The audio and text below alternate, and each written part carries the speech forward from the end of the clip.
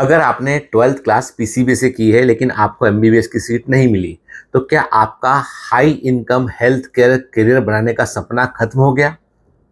बिल्कुल नहीं। असल समस्या अपॉर्चुनिटीज की कमी नहीं है। समस्या यह है कि पीसीबी स्टूडेंट्स को बार बार चार ऑप्शन ही बताए जाते हैं कि एमबीबीएस है, बीडीएस है, बीएएमएस है या फिर एक बार नीट का ड्रॉप ले लो। जबकि हेल्थ केयर सेक्टर में ऐसे कई करियर हैं जिनमें आप बिना एमबीबीएस किए अच्छी salary, professional respect, international opportunities और कुछ फील्ड में अपना इंडिपेंडेंट बिजनेस या प्रैक्टिस तक आप बना सकते हैं। आज के इस वीडियो में मैं आपको पीसीबी स्टूडेंट्स के लिए 10 ऐसे करियर ऑप्शन बताऊंगा जिनमें हाई इनकम पोटेंशियल मौजूद है। लेकिन एक जरूरी वार्निंग, इस वीडियो में मैं आपको फेक प्रॉमिसेस नहीं दूंगा कि ग्रेजुएशन करते ही हर स्टूडेंट को 1 लाख रुपए महीना मिलने लगेगा। हम बिल्कुल प्रैक्टिकल बात करेंगे। हम बात करेंगे कि कौन सा कोर्स आपको करना चाहिए, उस कोर्स की ड्यूरेशन क्या रहेगी, उस कोर्स में एडमिशन कैसे मिलता है और आपकी उस कोर्स को करने के बाद शुरुआती अर्निंग कितनी हो सकती है। बहुत इंपॉर्टेंट है। यदि अर्निंग नहीं करेंगे तो फिर पढ़ने का मतलब ही क्या है, ठीक है ना। तो शुरुआती अर्निंग कितनी हो सकती है और किस स्टेज पर इनकम वास्तव में हाई हो सकती है, स्टेप वाइज चलता है। इसलिए वीडियो को अंत तक जरूर देखिए, क्योंकि 10वें करियर तक पहुंचते पहुंचते आपको कुछ ऐसे ऑप्शंस मिलेंगे जिनके बारे में अधिकांश पीसीबी स्टूडेंट ने शायद गंभीरता से सोचा ही नहीं होगा। हर आदमी नीट के ड्रॉप की, कोचिंग में एडमिशन की बात करता है, पर मैं वो बात नहीं करूंगा आपसे। इस वीडियो को अपने उस फ्रेंड के साथ जरूर शेयर करना जो एमबीबीएस नहीं मिलने के कारण अपने करियर को लेकर बहुत परेशान है। चलिए शुरू करते हैं। हम 10 to 1 तक पहुंचेंगे हम। तो नंबर 10 पर है बीडीएस, डेंटल सर्जन। सबसे पहले बात करते हैं बीडीएस की, यानी बैचलर ऑफ डेंटल सर्जरी की। बहुत से स्टूडेंट बीडीएस को कमजोर अल्टरनेटिव मानकर चलते हैं, लेकिन बेटा एक बात समझिए, डेंटिस्ट्री एक अलग प्रोफेशनल करियर है और सही स्पेशलाइजेशन, सही लोकेशन और सही बिजनेस स्किल के साथ इसका अर्निंग पोटेंशियल काफी अधिक अच्छा हो सकता है। बीडीएस में एडमिशन के लिए आप सबको पता है नीट यूजी क्वालिफाई करना आवश्यक है। काउंसलिंग के थ्रू से लेना होता है। सामान्यतः 4 ईयर का एकेडमिक करियर होता है, मतलब 4 ईयर का आपको पढ़ाई करनी होती है। 1 वर्ष का आपका इसमें इंटर्नशिप होता है। तो पूरा ये कोर्स बीडीएस का 5 वर्ष का होता है। अब बीडीएस करने के बाद आप क्या कर सकते हैं? आप एक डेंटिस्ट बन सकते हैं, जनरल डेंटिस्ट, या आप डेंटल हॉस्पिटल या क्लिनिक में काम कर सकते हैं। शुरुआत में उतनी इनकम आपकी नहीं होगी, लेकिन समय के साथ साथ जब लोग आपको जानने लगेंगे आपकी इनकम बढ़ जाएगी। या आप गवर्नमेंट सर्विस के लिए अप्लाई कर सकते हैं। यहां पर भी चाबी खुलती है पीजी करने के बाद।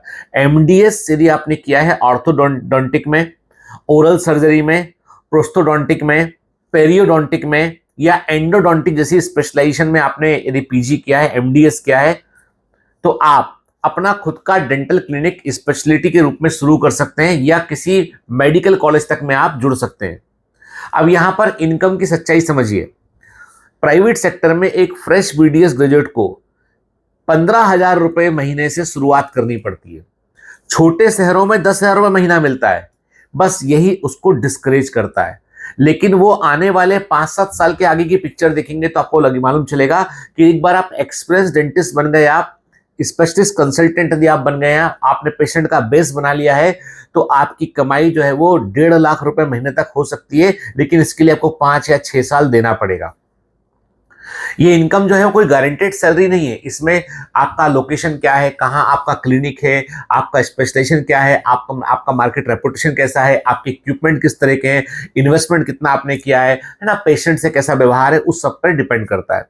तो बीडीएस उन स्टूडेंट के लिए अच्छा है जिन्हें फाइन हैंड स्किल से सर्जरी में इंटरेस्ट है, पेशेंट इंटरेक्शन अच्छा लगता है और जिनको हेल्थ केयर में एक बेहतर बिजनेस बनाने की इच्छा है। नंबर 9 पे आता है वीबीएससी और एच, मतलब वेटनरी डॉक्टर। अगर आप बायोलॉजी के साथ साथ एनिमल्स में भी आपका जेन्युइन इंटरेस्ट है कि आप एनिमल्स को पसंद करते हैं, देखो बहुत इंपॉर्टेंट है, यदि एनिमल्स को पसंद नहीं करते हैं तो वेटनरी डॉक्टर मत बनना। तो यदि एनिमल्स को पसंद करते हैं आप, तो वीवीएससी और एएच एक मजबूत प्रोफेशनल ऑप्शन हो सकता है। इसका पूरा नाम है bachelor of veterinary science and animal husbandry. Veterinary council of India के अनुसार इस डिग्री की अवधि जो है वो एमबीबीएस के बराबर ही है, 5.5 साल की, इसमें 1 साल का इंटर्नशिप भी शामिल है। ऑल इंडिया वेटनरी कोटा सहित अनेक एडमिशंस में नीट स्कोर का ही उपयोग किया जाता है। ठीक है, वेटनरी की सीट जो है वो कंपैरेटिवली कम है, प्राइवेट कॉलेज बहुत ही कम है, और प्राइवेट कॉलेज का ज़्यादा एडवांटेज भी नहीं है, गवर्नमेंट कॉलेज का यहाँ पर बहुत एडवांटेज है।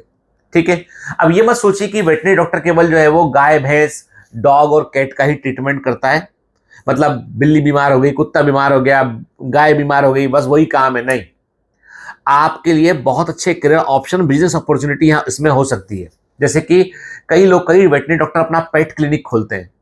ठीक है, वो पेट्स को प्रोवाइड भी करते हैं, उनकी केयर भी करते हैं, उनका वैक्सीनेशन भी करते हैं, और फिक्स क्लाइंटल उनका होता है। कई एनिमल हॉस्पिटल खोलते हैं। फिर कई लोग जो है वो लाइव स्टॉक हेल्थ केयर के बिजनेस में चले जाते हैं, यहाँ पे वो कई सारे पोल्ट्री फार्म, गॉट फार्म, उन सब की वो केयर करते हैं। वो कई वेटनरी डॉक्टर जो है डेयरी इंडस्ट्री में इंटर कर जाते हैं, वो पोल्ट्री फार्म खोल लेते हैं। कई वेटनरी डॉक्टर ने तो एनिमल न्यूट्रिशन के लिए उन्होंने अपनी फैक्ट्रीज लगा दी, उन्होंने वेटनरी फार्मास्यूटिकल्स में चले गए हैं, वेटनरी रिसर्च में वो काम कर रहे हैं, वाइल्ड लाइफ सर्विसेज में काम कर रहे हैं, फॉरेस्ट डिपार्टमेंट के साथ काम कर रहे हैं। कई लोग जो है वो वीवीएससी करने के बाद गवर्नमेंट सेक्टर ज्वाइन करते हैं, गवर्नमेंट वेटनरी ऑफिसर बन जाते हैं, जो कि ग्रुप बी ऑफिसर होता है, अच्छी खासी सैलरी मिलती है। और भारत में पिछले 10 सालों में देखा जाए तो पेट केयर इंडस्ट्री ने लोगों को बिल्लियों से बहुत लगाव है। घर में अब बच्चे कम हो रहे हैं, बिल्लियां ज्यादा हो रही है, डॉग्स ज्यादा है, बच्चे पसंद नहीं कर रहे हैं नए जमाने के कपल्स जो है। ठीक है, वो उसको बोलते हैं, मुंबई में एक वर्ड यूज करते हैं, DINK, double income no kids. तो क्या किससे प्रेम करें भाई, आपस का प्रेम तो थोड़ा कम हो गया समय के साथ साथ, तो अब बिल्ली कुत्ते से प्रेम करें। तो पेट केयर इंडस्ट्री मेट्रोपॉलिटन शहरों में बढ़ रही है। ठीक है, रूरल इकोनॉमी की बात करें, ग्रामीण क्षेत्रों की बात करें, तो वहां पे लाइव स्टॉक और डेयरी हेल्थ केयर जो है उसमें हमेशा आवश्यकता बनी रहती है। प्राइवेट सेक्टर में यदि वेटनरी डॉक्टर जाके जुड़ता है शुरू में, तो उसकी सैलरी जो है वो बीडीएस से ऊपर होती है, 30,000 से लेकर 50,000 महीने के आसपास सैलरी मिलती है प्राइवेट सेक्टर में। हालांकि लोकेशन और एम्प्लॉयर के अनुसार ये वेरिएशन काफी रहता है। यदि आप एक्सपीरियंस वेटनरी डॉक्टर हैं तो आपकी अर्निंग जो है वो 1 लाख रुपए से लेकर 1.5 लाख रुपए महीने तक पहुंच हो सकती है। गवर्नमेंट जॉब में 1.5 लाख रुपए तक की सैलरी आपको मिलती है। तो लेकिन केवल इनकम देखकर वेटनरी मत चुनिए, क्योंकि इस प्रोफेशन में एनिमल्स को फिजिकली हैंडल करना होता है, इमरजेंसीज को अटेंड करना होता है, गांव के लोगों के साथ मिलकर काम करना होता है, उनकी बातों को समझना होता है आपको। ठीक है, तो इंटरेस्ट तो ही जाना।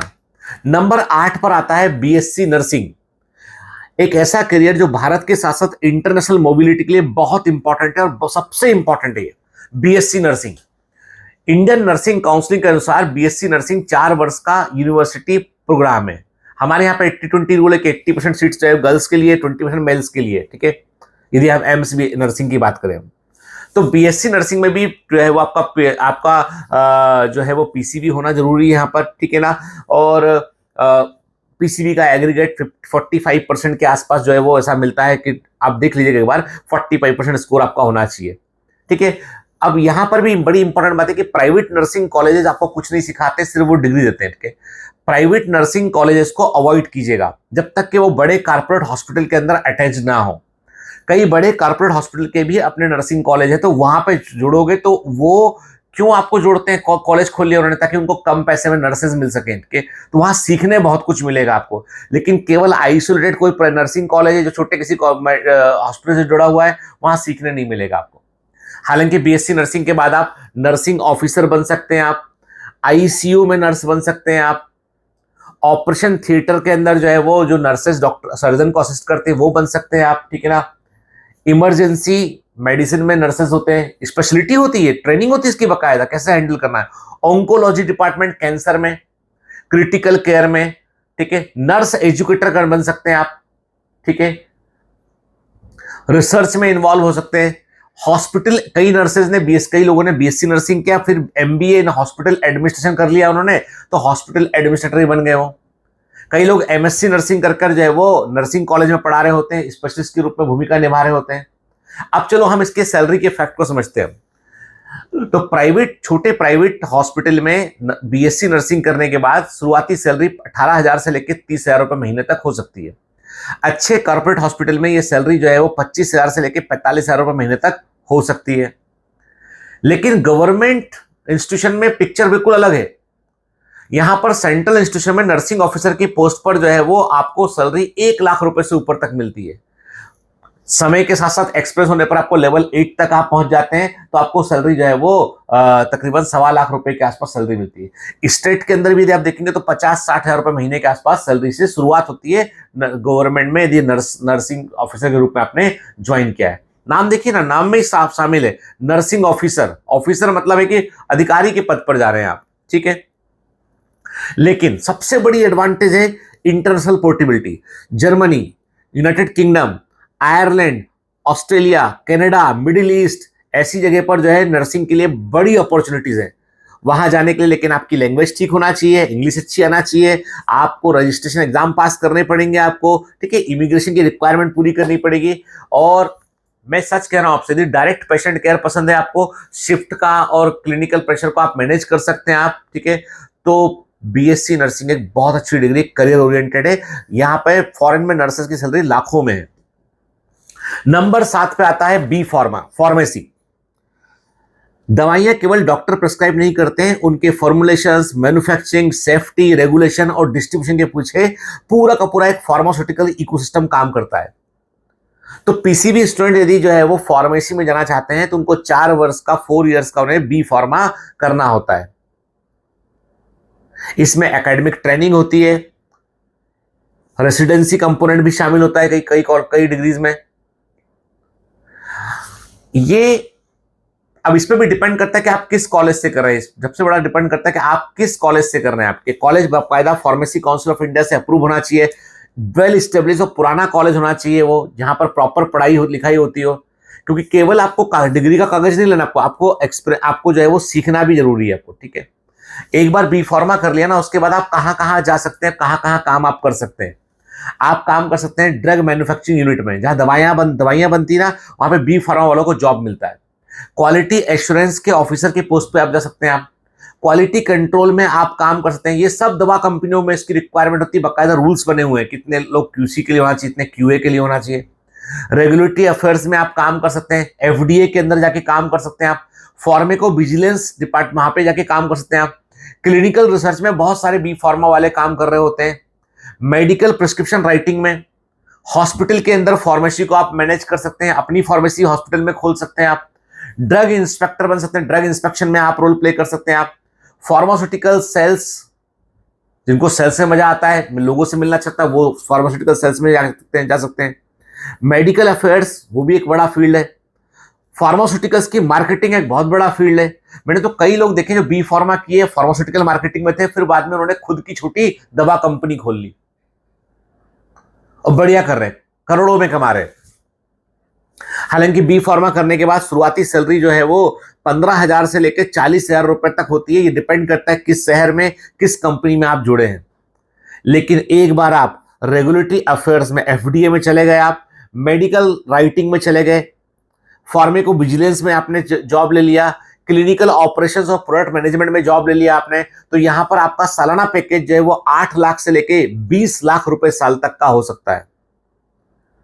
फिर सीनियर लेवल पे, जब आप सीनियर मैनेजमेंट के लेवल पे होते हैं, तो मल्टीनेशनल कंपनी में आपको जॉब मिलती है, जहां पर आपका पैकेज 1 करोड़ रुपए तक का हो सकता है। लेकिन जरूरी यह है, यहां पे डिग्री काम नहीं आती है, आपका कम्युनिकेशन स्किल, आपका डॉक्यूमेंटेशन, आपका रेगुलेटरी नॉलेज, आपका डेटा स्किल, कंप्यूटर नॉलेज और रिलेवेंट एक्सपीरियंस समय के साथ कितना है आपको, वो काम आता है।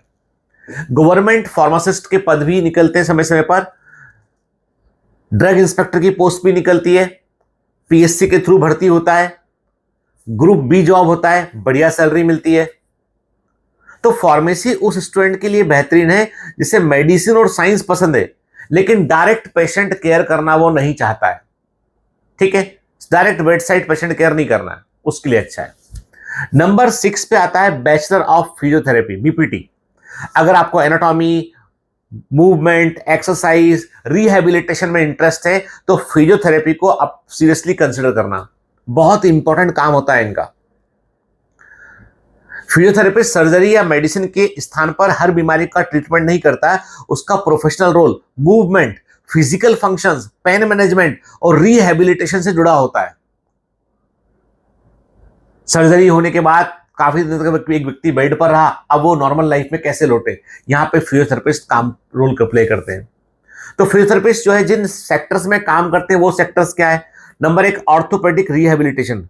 ऑर्थोपेडिक सर्जरी हुई, उसके बाद काफी दिनों के बाद ज्वाइंट को मूव करना, मोबिलाइज करना है तो काम करते हैं। न्यूरोलॉजिकल रिहैबिलिटेशन, कई न्यूरोलॉजी के पेशेंट जो है उनको रिहैबिलिट करने में हेल्प करते हैं। स्पोर्ट फिजियोथेरेपी बहुत बड़ा फील्ड है ये। कार्डियोपल्मोनरी रिहैबिलिटेशन, ये भी बड़ा फील्ड है। बुढ़ापे में जो केयर होती है उसको जेनेटिक केयर, वहां पे रोल प्ले करते हैं ये। पीडियाट्रिक रिहैबिलिटेशन, छोटे बच्चे कोई बीमारी हो गई, चल नहीं पाया काफी समय तक, उसको फिर नॉर्मल करना उसको, ठीक है। पोस्ट ऑपरेटिव रिकवरी में बहुत इंपॉर्टेंट रोल प्ले करते हैं। हर हॉस्पिटल में आपको फिजियोथेरेपिस्ट मिलेगा, और तो आजकल अच्छे हाई क्लास जिम के अंदर फिजियोथेरेपिस्ट होने लगे हैं। कोर्स स्ट्रक्चर यूनिवर्सिटी के अनुसार थोड़ा थोड़ा अलग अलग वेरी करता है वो, लेकिन तब भी नेशनल लेवल पे एक स्टैंडर्ड कोर्स इसका है फिजियोथेरेपी का।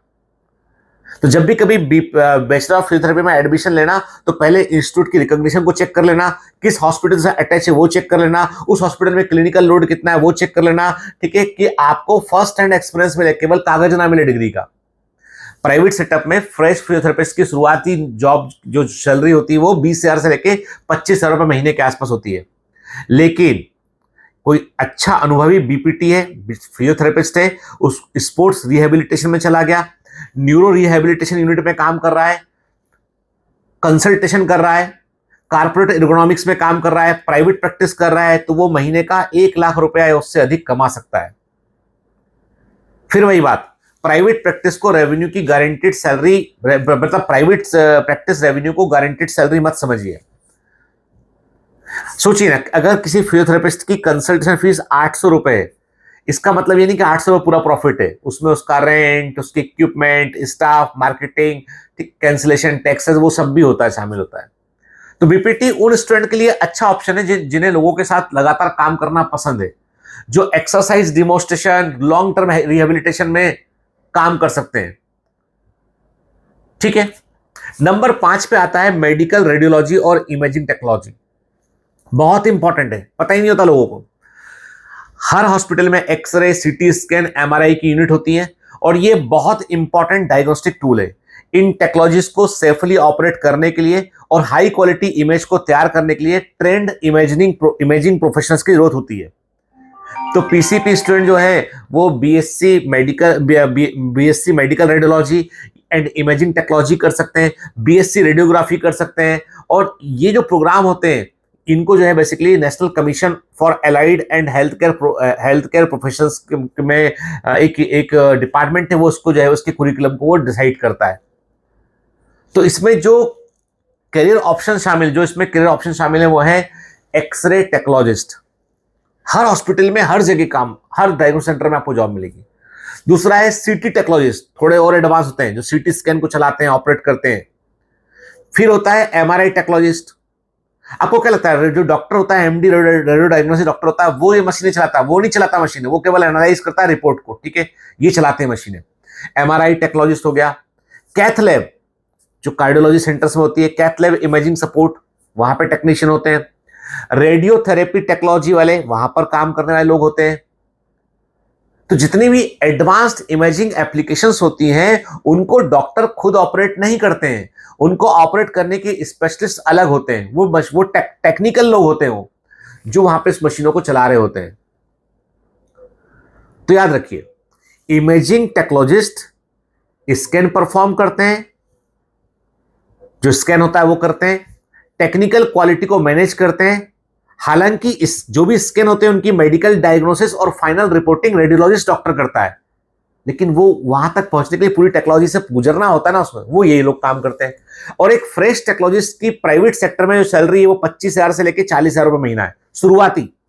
सीटी और एमआरआई के यदि स्पेशलिस्ट हैं आप, उसको संभाल पा रहे हैं आप, तो शुरुआती सैलरी आपकी 40,000 से लेके 75,000 रुपए महीने तक हो सकती है। और यदि तुमने एम्स के थ्रू किया हुआ है, ये एम्स के थ्रू किया है या एम्स में जॉब मिल गया तुमको, एम्स में जॉब मिल गया तुम्हें और एम्स के थ्रू तुमने किया हुआ है, तो शुरुआती सैलरी तुम्हारी जो है वो 50,000 से लेके 80,000 तक हो सकती है।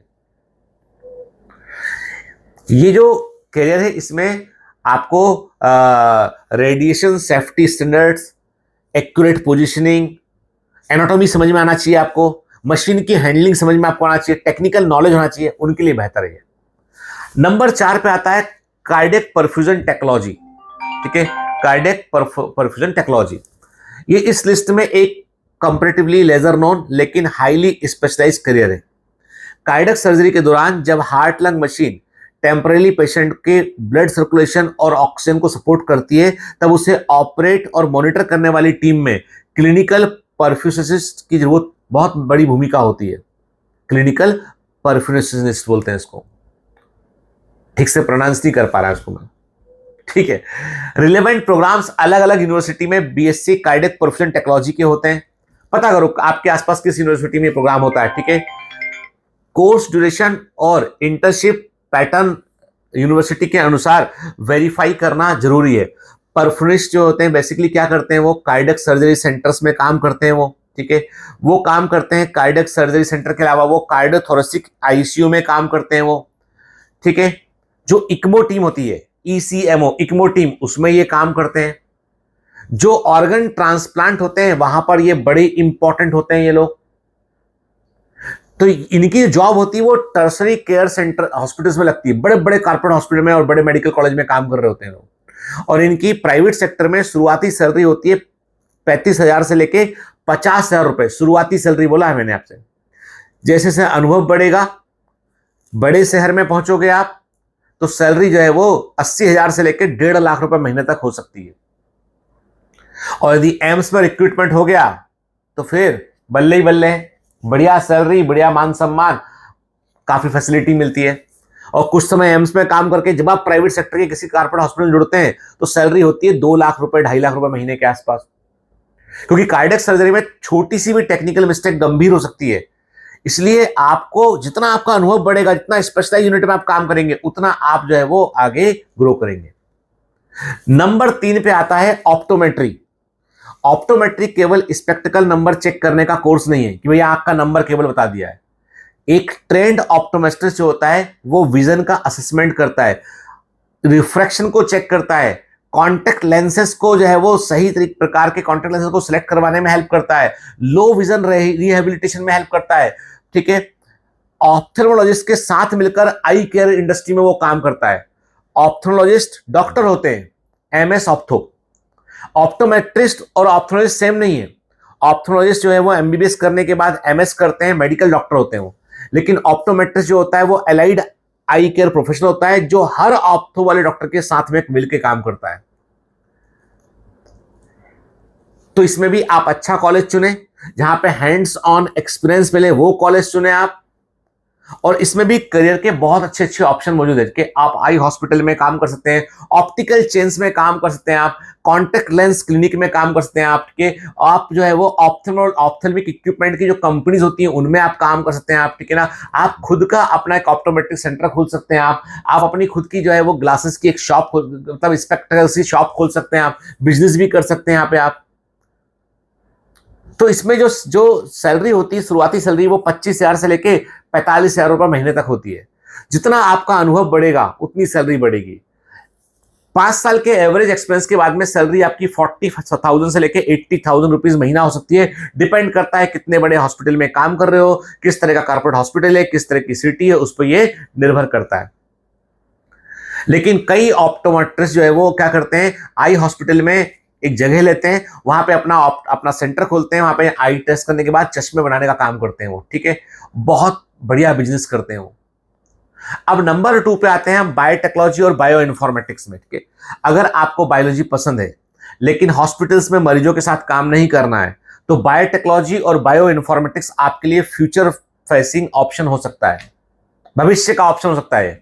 बायोटेक्नोलॉजी में आप biological systems, genetics, cell biology, diagnostics, vaccine research, industrial processes, drug development से जुड़ सकते हैं।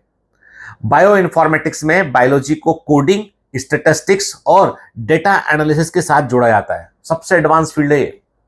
आज जीनोमिक्स में, प्रिसीजन मेडिसिन में, मॉलिक्यूलर डायग्नोस्टिक में, ड्रग डिलीवरी में बायोलॉजिकल डेटा का इंपॉर्टेंस बहुत बढ़ रहा है।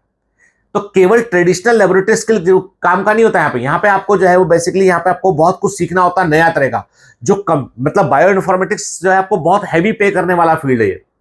आपको पाइथन आना चाहिए, लैंग्वेज है भाई कंप्यूटर की है। आपको स्टैटिस्टिक्स का नॉलेज होना चाहिए, आपको जीनोमिक्स का नॉलेज होना चाहिए, आपको डेटाबेस की हैंडलिंग पता होना चाहिए, आप डेटा को विजुअलाइज करने वाला आपको टेक्नोलॉजी पता होना चाहिए, आप साइंटिफिक लैंग्वेज में कम्युनिकेशन कर सके वो आना चाहिए। तो केवल कहीं से भी बायोटेक्नोलॉजी की डिग्री लेने से काम नहीं बनेगा। किसी भी एरे गेरे कॉलेज से बीएससी बायोटेक्नोलॉजी कर लोगे कुछ नहीं होगा, ठीक है, या बीएससी बायो इन्फॉर्मेटिक्स कर लिया तो कुछ नहीं होगा।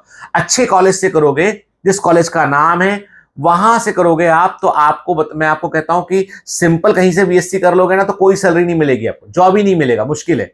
लेकिन आपने अच्छे कॉलेज से बायो इन्फॉर्मेटिक्स में काम किया है तो शुरुआती पैकेज आपका 4 लाख से 6 लाख रुपए साल का, मतलब समझ लीजिए 30,000 से लेके 50,000 रुपए महीने की नौकरी लगेगी शुरू में।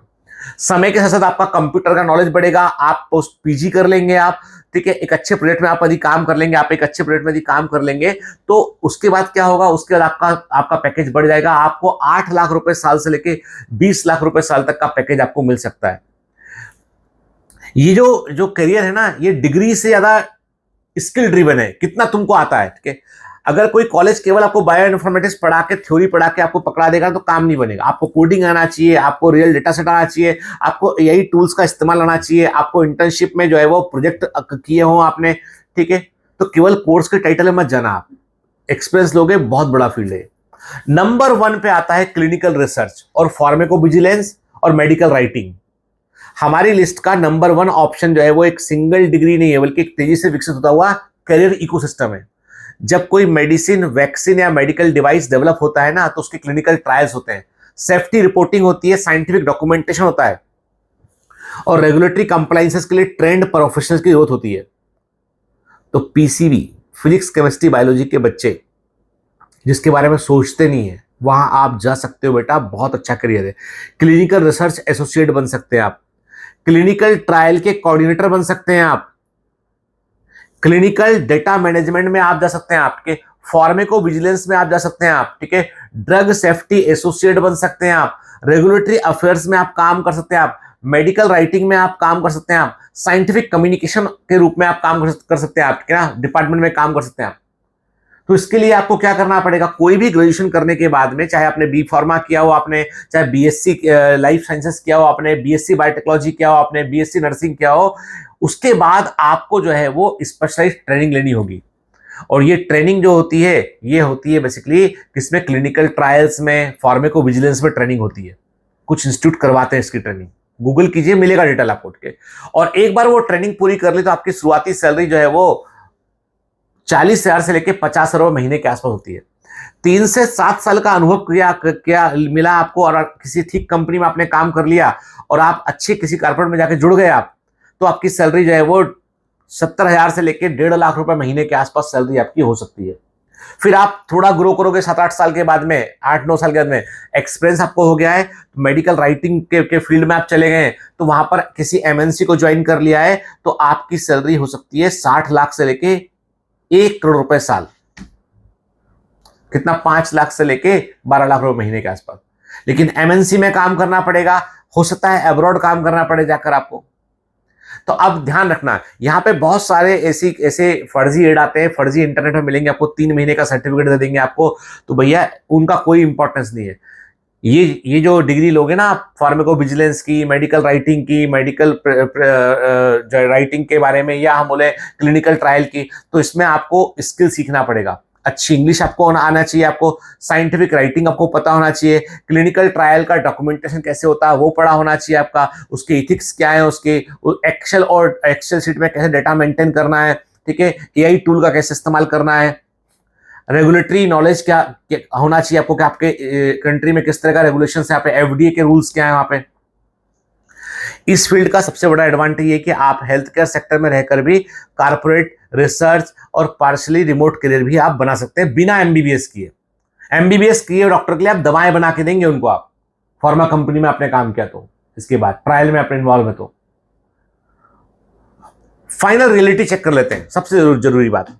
हाई इनकम करियर का मतलब ये नहीं है कि डिग्री पूरी होते ही 1 लाख रुपए की नौकरी लेके कोई आपके पीछे दौड़ जाएगा, ठीक है भैया। देखो ऐसा एक बात समझ लो अच्छे से कि इनकम जो है वो 6 चीजों से बनती है। पहला, आपके कॉलेज की क्वालिटी क्या है, किस कॉलेज से आपने पास आउट है। दूसरा, आपका एक्चुअल इंडस्ट्री एक्सपोजर कितना है, क्लिनिकल एक्सपोजर या इंडस्ट्री एक्सपोजर कितना है आपको एक्चुअल में। तीसरा यह है कि आपने कोई स्पेशलाइजेशन पीजी किया है कि नहीं किया है। चौथा यह है कि आपका कम्युनिकेशन स्किल कैसा है, टेक्नोलॉजी में कितने साउंड है आप। पांचवा यह है कि आप किस सिटी में जॉब ढूंढ रहे हैं और आपका एम्प्लॉयर कौन है। छठा यह है कि आप केवल नौकरी चाहते हैं या भविष्य में आप कंसल्टिंग, प्रैक्टिस और बिजनेस भी करना चाहते हैं। अगर आपकी प्रायोरिटी जॉब सिक्योरिटी और इंटरनेशनल मोबिलिटी है, ध्यान से बात सुना, अगर आपकी priority job security, international mobility है तो बीएससी नर्सिंग सबसे अच्छा ऑप्शन है। अगर आप मेडिसिन, कॉर्पोरेट हेल्थ केयर पसंद है आपको, फार्मेसी के साथ साथ रेगुलेटरी अफेयर में भी काम कर सकते हैं तो फार्मेको विजिलेंस और क्लिनिकल रिसर्च का कोर्स करें आप।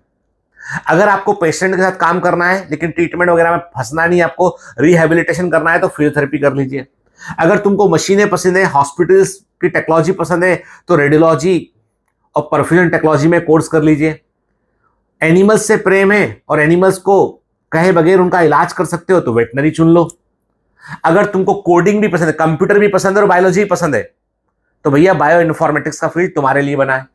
अगर फ्यूचर में तुम्हें अपना क्लिनिकल सेटअप बनाना है तो डेंटिस्ट्री करो, फिजियोथेरेपी करो, ऑप्टोमेट्री करो, वेटनरी प्रैक्टिस भी कर सकते हो, पेट क्लिनिक होते हैं। तो किसी भी कोर्स में एडमिशन लेने के पहले 3 चीजें जरूर चेक करना बेटा, ठीक है। बहुत इंपॉर्टेंट है कि क्या इंस्टीट्यूशन संबंधित रेगुलेटरी अथॉरिटी से रिकॉग्नाइज है, अप्रूव्ड है। कई फर्जी भी चल रहे हैं तो पहले तो उसकी रिकॉग्निशन चेक कर लो। क्या उसके पास वास्तविक अटैच्ड हॉस्पिटल, लेबोरेटरी या इंडस्ट्री एक्सपोजर है। और पिछले 3 बैचेस में से कितने स्टूडेंट को किस रोल पर जॉब मिला है, क्या प्लेसमेंट परसेंटेज क्या रहा है, किस सैलरी पे जॉब मिला है उनको, ठीक है। तो प्लेसमेंट जो है, ब्रोशर प्लेसमेंट का जो ब्रोशर होता है ना, उस पर भरोसा मत करना, स्टूडेंट से और एल्यूमिनाई से सीधा बात करना, ठीक है। अब कमेंट में अपना नीट का स्कोर, बजट की कितना खर्च करना चाहते हो तुम यदि एमबीबीएस नहीं मिल रहा है तो, और अपना पसंदीदा करियर लिखो। अगर इस वीडियो में अच्छे कमेंट आते हैं तो अगली वीडियो में हम आपके कमेंट्स को लेकर जो है कोर्सेज की fees, salary, government job opportunity, abroad के स्कोप, इसको लेके भी डिटेल वीडियो हम आपके लिए बनाएंगे। वीडियो यदि तुमको बेटा वैल्यूएबल लगा हो तो इसे उस पीसीबी स्टूडेंट और पेरेंट्स के साथ शेयर कीजिए जो आज भी सोचता है कि एमबीबीएस नहीं मिला तो करियर खत्म, अब तो भैया मेरा जीवन खत्म हो गया है, मैं क्या करूं, अब रोने लगे, पहाड़ी पे चढ़ गए जाके, ये सब नहीं, ठीक है ना। याद रखिए, एमबीबीएस एक शानदार करियर है लेकिन बायोलॉजी स्टूडेंट की सफलता के लिए एकमात्र अकेला रास्ता नहीं है, ठीक है। कोई बात नहीं बेटा, जिंदगी में कई बार है ना, मन का हो तो अच्छा, मन का ना हो तो और अच्छा, भगवान ने कुछ अच्छा ही चुना होगा। तो सही कोर्स चुनो, सही स्किल को डेवलप करो और केवल डिग्री नहीं, अपनी प्रोफेशनल वैल्यू को बनाओ। I am doctor Jitendra Singh और आप देख रहे हैं बेटा Biomentors online, pure education, no entertainment. चलिए, all the best, bye bye.